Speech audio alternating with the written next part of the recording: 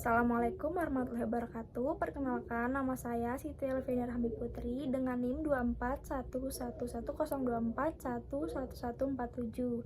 Jadi di sini saya akan membahas tentang ragam bahasa Indonesia dan juga tentang definisi ragam bahasa ilmiah.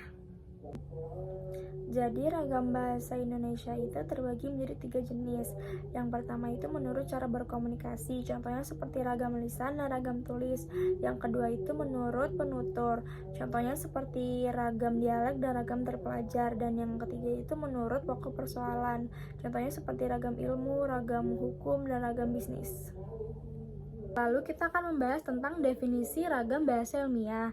Jadi ragam bahasa ilmiah itu biasanya digunakan untuk mengkomunikasikan hasil kegiatan ilmiah seperti contohnya penelitian, publikasi ilmiah, dan juga seminar. Nah, jurnal ilmiah adalah salah satu bentuk publikasi yang memuat artikel ilmiah. Lalu lanjut ke ciri-ciri dan sifat ragam bahasa ilmiah. Yang pertama itu ada cendikia, ialah menggunakan bahasa yang tepat dan logis. Yang kedua itu ada lugas dan jelas, yaitu kalimat tidak berbelit dan makna yang jelas. Yang ketiga itu ada orientasi gagasan, ialah fokus pada gagasan dan bukan penulis, lalu cenderung menggunakan kalimat pasif. Yang keempat itu ada formal dan objektif, ialah menggunakan kosakata dan struktur yang formal dan menghindari kata-kata emosional. Yang kelima itu ada ringkas dan padat, yaitu menghindari pemborosan kata, menyampaikan gagasan secara efisien.